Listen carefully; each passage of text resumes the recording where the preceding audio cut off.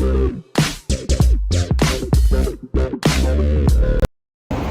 good morning guys. Papasok tayo ngayon sa trabaho. Late na nga tayo nagising kasi yung baby namin iyak ng iyak kagabi. Anong oras na naman natulog kaninang umaga. So ang pasok ko ngayon is 11:30. So late na ako. Pagdating ng mga siguro late ako ng mga 5 minutes ganun. Kasi saan ako nag-work yung work ko nasa Heng Fashion sa Blue Line. Galing pa ako dito sa Yaumate. So malayo. So ang unang gagawin natin is mag-MTR tayo papuntang Admiralty. Interchange tayo papuntang Taiwan. So ayun guys, nandito na tayo sa MTR.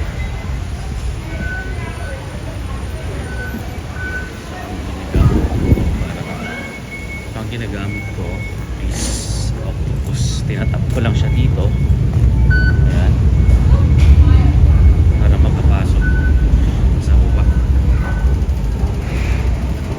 Kasi around mga 5 minutes na ito maghihintay ng train pupunta sa ating work.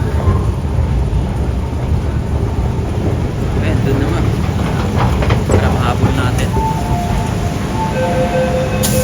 Ay. Sayang hindi ko siya nahabol guys. Sarado agad.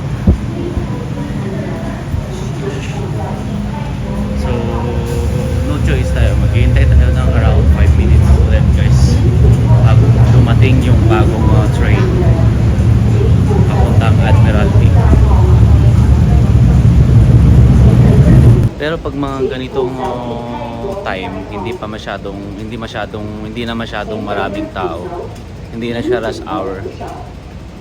Rush hour dito pag morning mga 6 to 7 ganun. Yan yung mga rush hour dito. Ganun din pag gabi. Or pag uwian na mga 5, 6, 7 ganun. Pero ngayon wala masyadong tao. Pero maghintay tayo ng train natin papuntang Admiralty guys. Around mga 5 minutes siguro. So ayan yung MTR map. So nandito tayo ngayon sa Yaumate. Papunta tayo ng mag-stop tayo ng Admiralty. Mag-interchange tayo papuntang Blue Line. Papuntang Heng Fashion. Pa-Taiwan yun yun yung work. So nandito na yung train natin. Papuntang Blue Line. Sakay tayo. Maraming tao.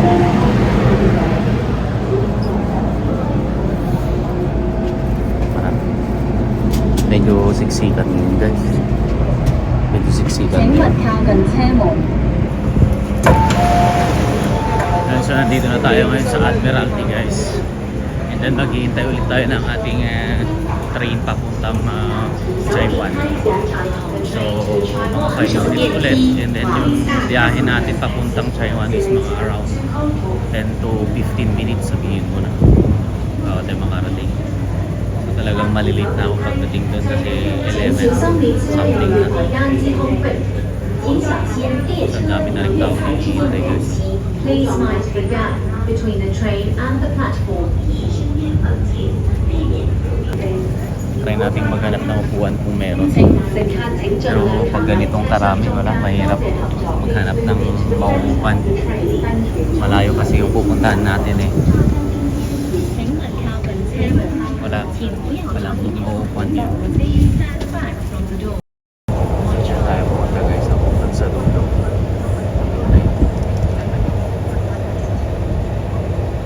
Nandito na tayo guys sa Heng Fashion. Malapit na.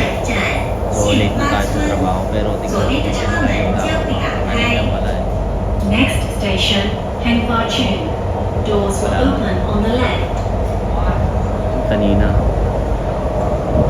kaming tao, siksik.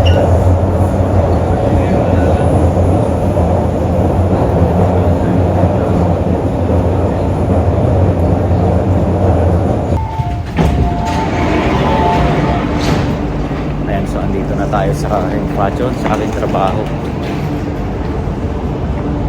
Maakyat tayo, and then ang ginagawa ko pagdating dito, bumibili muna ako ng bread kasi breakfast ko yun. Kasi pag nagbe-break time kasi ako ng lunch, late na eh. Mga 3 or 4 ako nagbe-break kasi lagi-lagi busy kami sa trabaho. Alam mo na pag restaurant, kaya laging busy. So pagdating ko dito, bumibili ako ng dyan, bread. Then kung hindi ako kumakain sa baba, sa taas.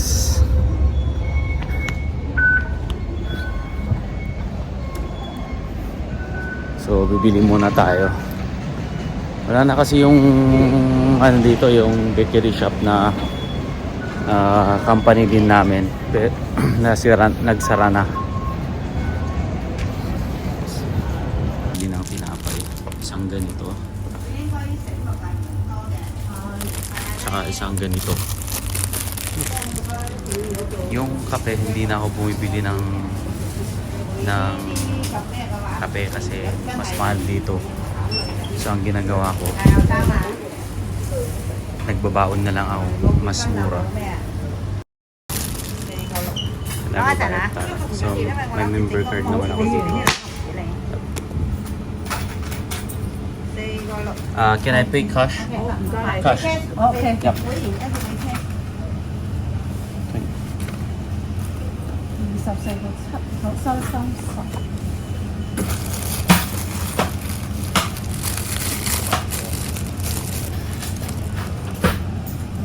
Thank you.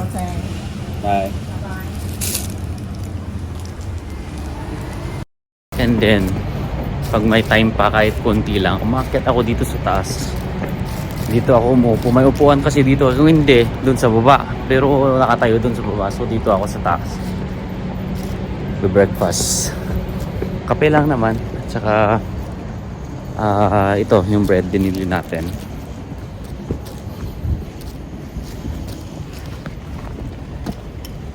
So nagbabaon talaga ako ng sarili kong kape. Hindi na ako bumibili dyan. Yung naka-incan nila kagaya nito, mas mahal eh.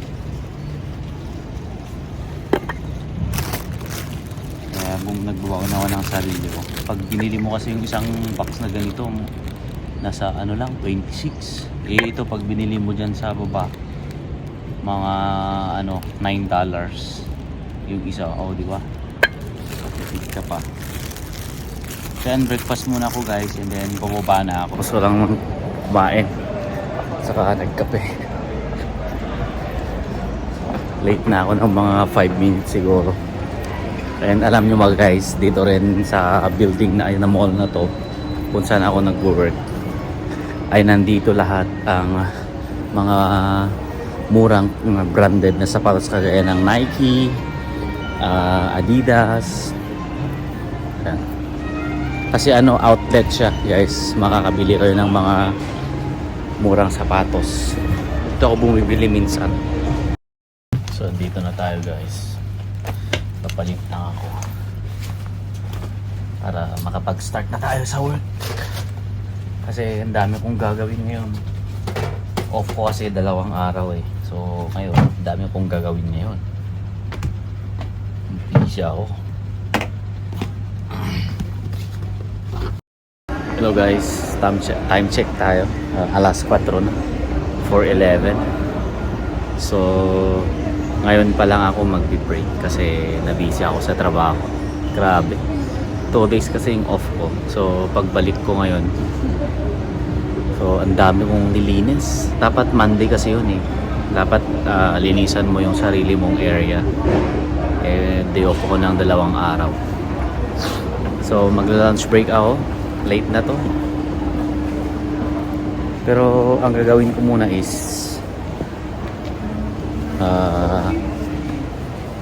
lalagyan ko muna yung octopus ko ng ng pera para pambili ko ng McDo.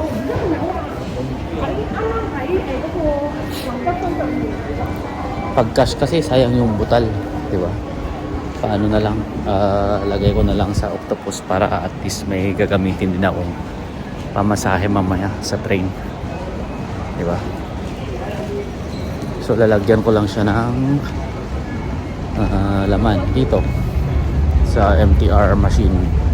So dito siya lalagyan, guys. Lalagyan natin siya dito sa machine. Lagyan lang natin ng 100. Marami na yun, diba? Tapos lalagyan natin ng 100.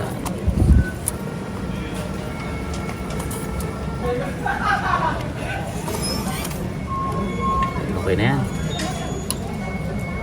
Yun, lagay natin sa loob.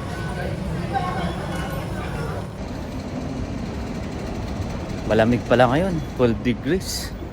Yun na. Single pa naman yung jacket na dinala ko kaninang umaga.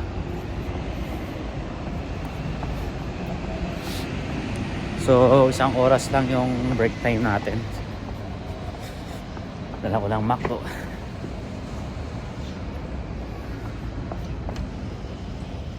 Siguro wala nang masyadong ngayon. Tao doon sa McDonald's. I think so. Kasi na, hapon na. Diba? Like yung break time natin. So ayan, nandito na tayo sa McDonald's, guys. Order lang tayo ng ating lunch. English.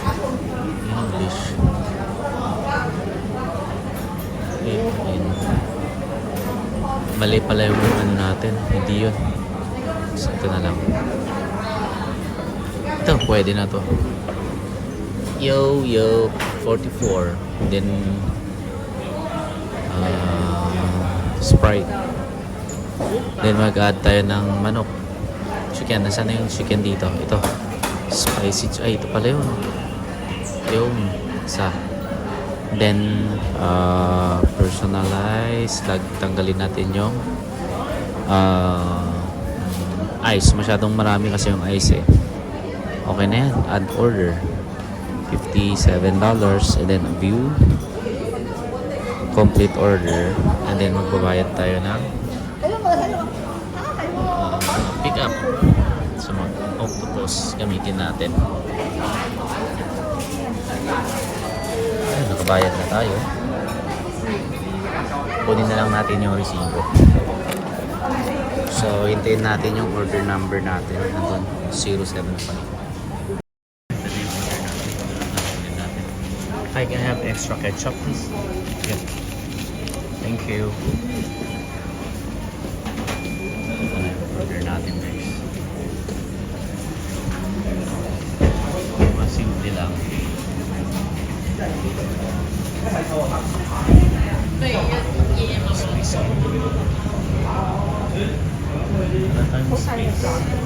Sa kabila. Dito na natin na meron sa kabila. So ito po yung in-order natin. Isang Big Mac.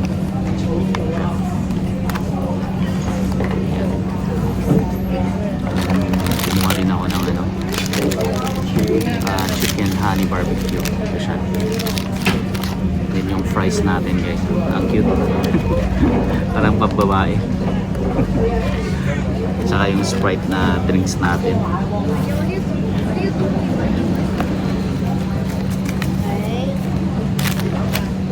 So, nabisi kasi kami kahapon. Naglinis pa ako ng gabi. Kaya hindi na kami nakapagluto ng baon. Baon ko. Sayang. Pero okay na to sa akin. Ngayon lang ulit naman magmamakto. Diba?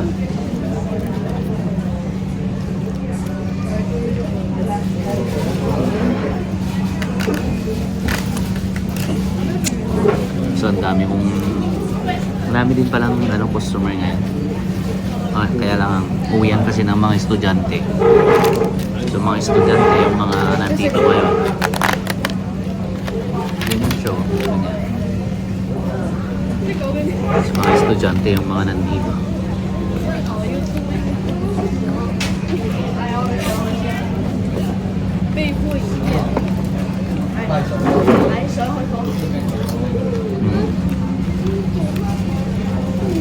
Masarap yung fries pag yung bagong luto. crispy pa siya. Pero yung napabayaan mo ng kahit mga 5 minutes or ano, wala na. Nagiging sagi na siya.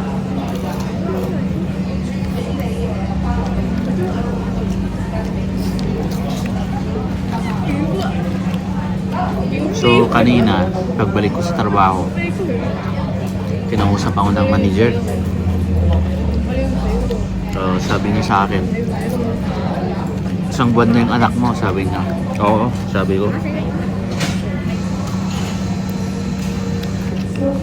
Kumusta naman yung tulog niya? May ganun pa rin. Pinupuyat kami, sabi ko. Ganun talaga, sabi niya. Dalawa rin kasi yung anak niya, puro lalaki. And then, sabi niya sa akin, wag na kayong magkaanak. Mahirap ng buhay ngayon. Mahirap ang pera, sabi niya. Sabi mo naman, oo, ayaw ko na rin, sabi. Kalain mo yun kagabi. 6 AM, gising pa kami. Grabe.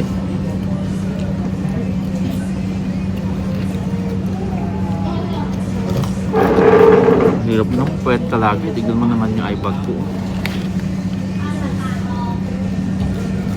Pero, ganun talaga. Hindi naman ako nagre-reklamo. Ginusto namin yun eh. Tsaka, hindi naman tayo bumabata.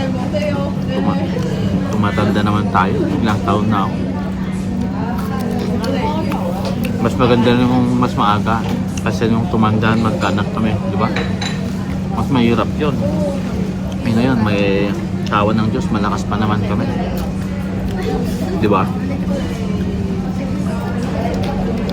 Gusto ko na nga rin maghanap ng part-time.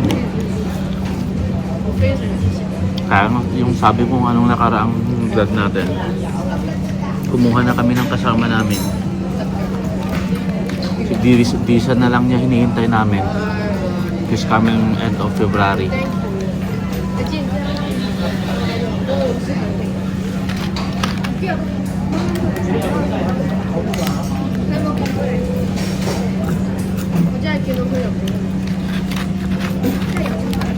Mas maganda na rin yung may kasama para tutok talaga yung pag-aalaga din sa maliit. Kasi yung panganay ko, okay na naman siya, high school na siya. Pero lang naman, yung panganay, yung mamalan siya sa uniform niya, tsaka yung breakfast, yun lang. Every morning.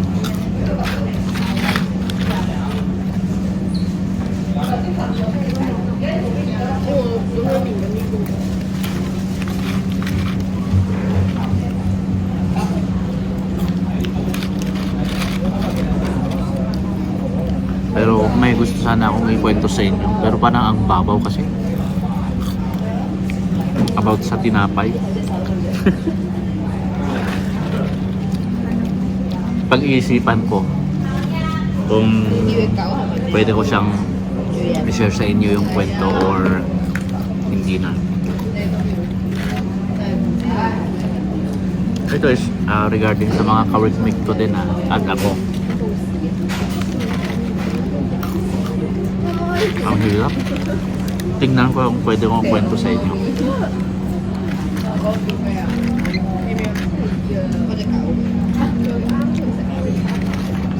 So ito palang suot ko is jacket to ng company namin. You know, Genki. Genki.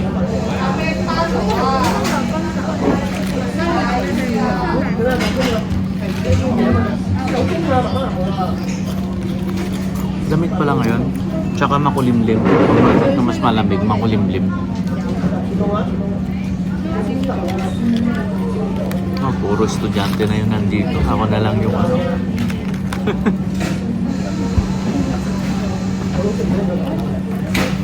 Mostly kasi pagbangon ng oras na, uwian na ng mga estudyante. Ngayon, kakain sila dito.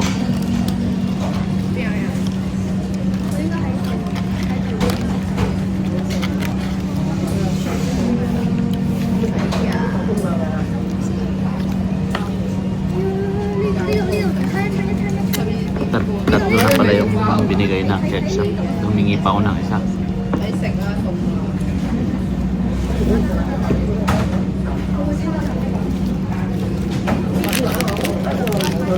So, kainin natin itong chicken. Ito siya, oh.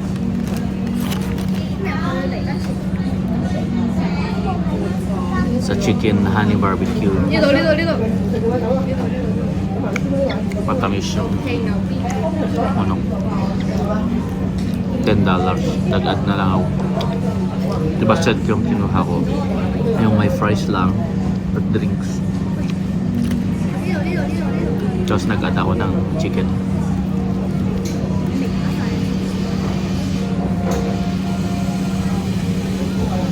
Sa akin, sold na ako nito eh. Yung isang ganito.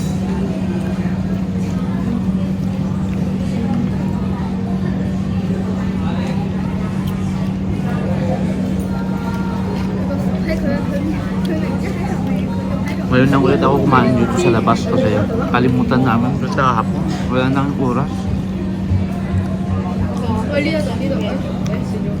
Kasi dumating na yung in-order namin online. Tapos inayos namin. Tapos ang daming kalat. Naglinis na rin ako. Tapos nilagay ko yung... Dapat nung start pa lang ng winter eh, nilagay na namin yung carpet eh. Pero kahapon ko lang siya nilagay. Sakto, malamig na 12 degrees.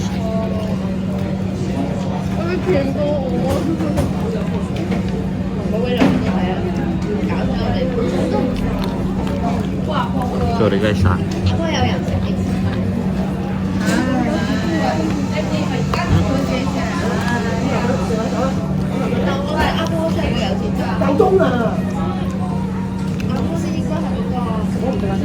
Sana next week dalawa rin off ko.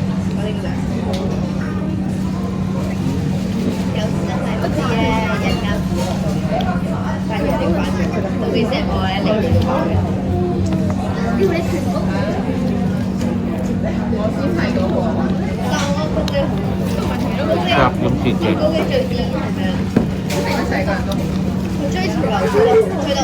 Tapos kanina nung nag-break na ako, sabi ko sa asawa ko, ako na lang tatawag sa'yo mamaya kasi gumagawa pa ako ng video. Sabi ko sa kanya.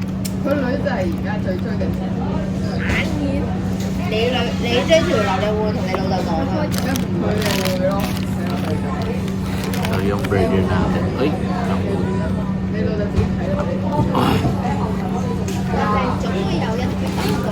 tapos mamaya mga siguro mga 11 na ako makakarating sa bahay mamaya.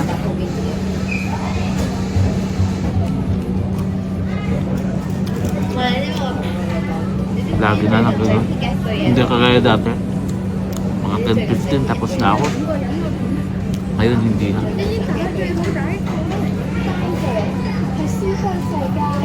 Feeling ko lang parang mas marami nang kumakain ngayon sa trabaho ko. Hindi kagaya dati.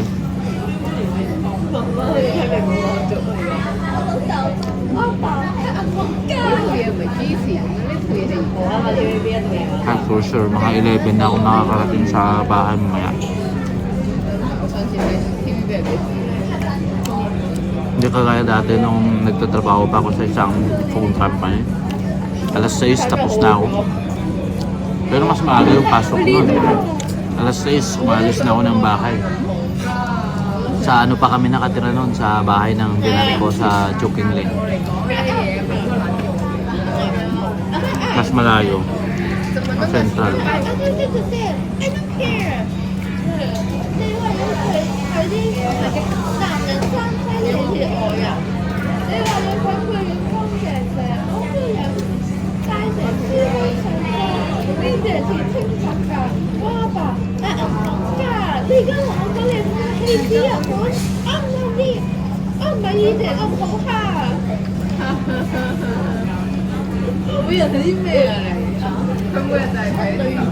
Yung McDo dito walang rice. Sa Pilipinas may rice, diba? Dito wala. Sarap sana kung may gano'n. Or kahit order ka ng dalawang 2-piece chicken tapos isang rice, sold na yun. Ngayon, burger lang. Ganito.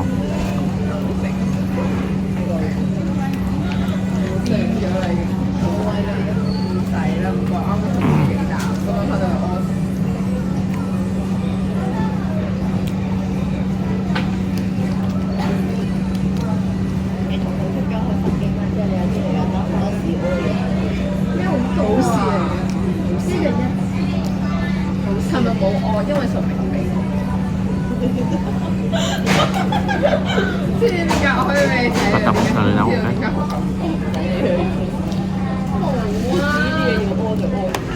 Tapon ko lang tong basura. Tapon ko lang basura.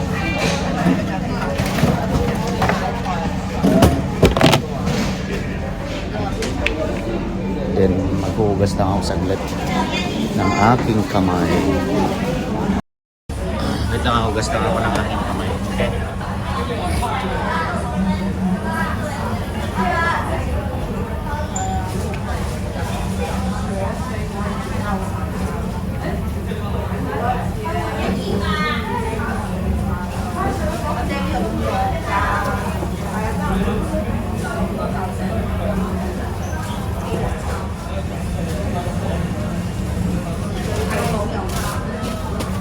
So, babalik na ako sa aking trabaho guys. Update ko na lang ulit kayo mamaya. Okay. Tapos na yung isang oras natin guys. 1 hour lang yung break time natin. Tsaka malamig din dito sa labas. Oh my god. 12 degrees. Ito siya. See you later guys.